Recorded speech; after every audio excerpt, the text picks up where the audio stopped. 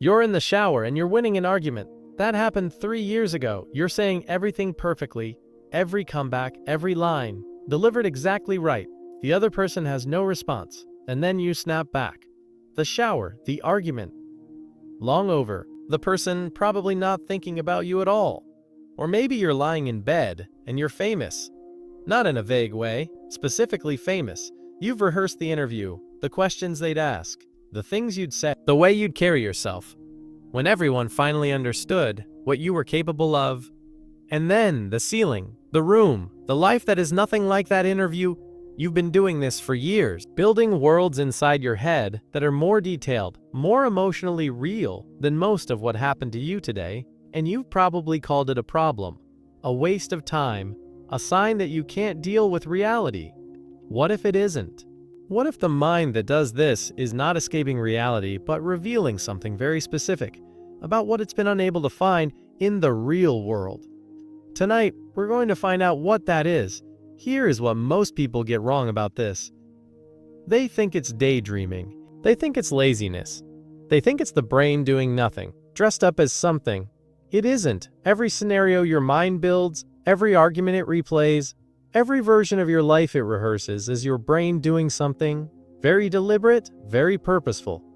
It is filling a gap, a specific gap between what your life is currently giving you and what some part of you still believes you were supposed to have. That gap is real, the imagining is real, and the 5 things driving it are more specific than you've probably ever been told. When you imagine something vividly, your brain releases dopamine, not a little, a meaningful amount. The same chemical released when something actually good actually happens to you. Your brain, in the most literal neurological sense, cannot fully distinguish between imagining success and experiencing it. The visual cortex activates, the emotional centers engage, the reward system fires, all from something that didn't happen. Now here is where it gets uncomfortable. If imagining success produces a real chemical reward, then every time you build a scenario in your head, your brain is getting paid, not in money, in dopamine, in the specific neurological feeling of things going right. And here is the trap. The brain that keeps getting paid for imagining has less urgency to go get paid for actually doing. Why risk the real version when the imagined version already delivered the feeling?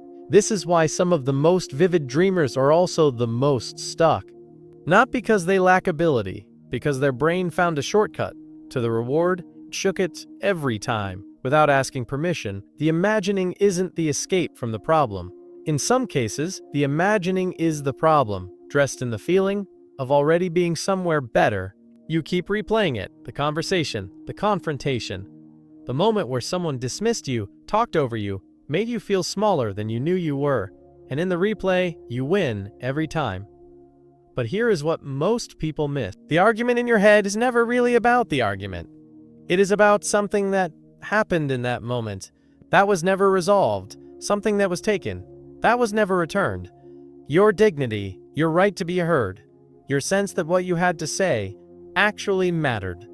The mind replays the scenario, not because it's stuck, but because it is still trying to give you back what that moment took. Psychologists call this the Zeigarnik effect. Unfinished emotional experiences stay open, active, available. The mind returns to them, not out of weakness, but because it genuinely believes if it runs the sequence one more time, it might find the resolution that reality never gave. But here is the thing about replaying arguments in your head. The resolution never fully arrives. Because the person who needs to hear what you say isn't there. You're alone in the shower, winning against no one, and the wound that started the replay is still open. The imagining didn't close it. It just gave you something to do while it stayed open. The question isn't why you keep replaying it. The question is, what would it take in the real world to finally close that file? There is a version of your life that you have visited hundreds of times. A different version of you, who made a different decision at a specific moment, and everything went differently after. You know this place well. You furnished it, populated it, given it a feeling that the current life sometimes doesn't have, and you probably feel guilty about it. Like visiting it means you're ungrateful, or weak, or unable to be present in the life you actually have. But here is what the research actually says. Mental simulation of alternative lives is one of the primary ways the brain figures out what it actually wants. Not what it thinks it should want, not what it was told to want, what it wants. The other life you keep visiting is a diagnostic, the mind running a test on what is missing in the current version. What does that life have that this one doesn't? Not the surface things. Go deeper. Is it freedom? Is it being known accurately by someone? Is it work that feels like it matters? Is it the feeling of being fully yourself without managing how that lands? The other life isn't the destination, it's the map, telling you with extraordinary precision what the current life is consistently failing to provide. Most people visit the map, feel briefly better, and return to a life that keeps producing the same map because they never read it. For most people, imagining is a supplement, something the mind does in quiet moments to process, prepare, explore. But for some people, it becomes something else, a preference, not chosen consciously, built gradually through the repeated experience of the internal world being more reliable than the external one. In the imagined scenario, you control everything. The other person says what they should say. The outcome lands the way it deserved to. The version of you is the version you know you're capable of, not the version that got tired or nervous or caught off guard when the moment came. The real world doesn't offer any of that. The real world is unpredictable, frequently unfair, full of people who don't respond correctly, and moments that don't resolve the way they should. So the mind begins making a quiet decision, not in words, in behavior. It starts spending more time in the place that works better.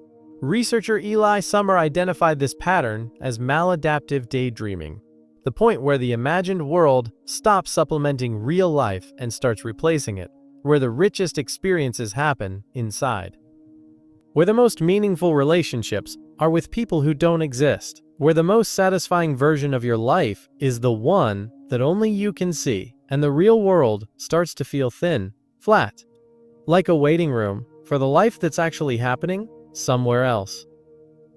If that feels familiar, it is worth taking seriously, not with judgment, with honesty, because the internal world was supposed to prepare you for the external one, not become the reason you stop showing up to it. Here is the truth underneath all of it. The scenarios you keep building are not random. They are not noise. They are the most honest communication your mind is capable of, told in the only language it knows how to use when words aren't enough. The argument you keep winning is telling you there is a relationship in your life where you still don't feel heard, where something was taken that was never acknowledged, where a version of you is still waiting to be seen accurately. The life you keep rehearsing is telling you the current version is missing something specific, not everything, something. And the mind knows exactly what it is, even if you've been too busy to ask it. The imagined recognition, the success, the version of you that everyone finally understands, is telling you that the need underneath isn't fame. It's the specific experience of being known completely by at least one person whose opinion actually matters to you.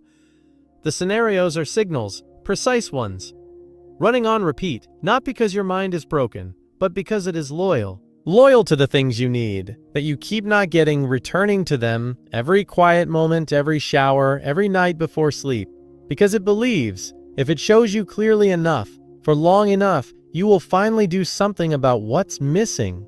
The question is not, why do you imagine so much? The question is, are you listening to what the imagining keeps trying to tell you? The shower argument, the imagined interview, the other life, in the other city, with the other version of you who finally got it right. Your mind built all of that for a reason, not to torture you, not to waste your time, not to prove that you can't handle reality, to show you with the most vivid detail it could manage exactly what it needs that it hasn't been getting. The mind that imagines constantly is not weak. It is precise, it is loyal, it is trying with everything available to it to close the gap between the life that is and the life that was supposed to be. You don't have to stop imagining. But maybe, just once, instead of snapping back to the ceiling and dismissing it, you could stay in that moment a little longer and ask the mind, That built something so detailed, so specific, so emotionally real, what it was actually trying to tell you. It's been waiting for that question for a very long time.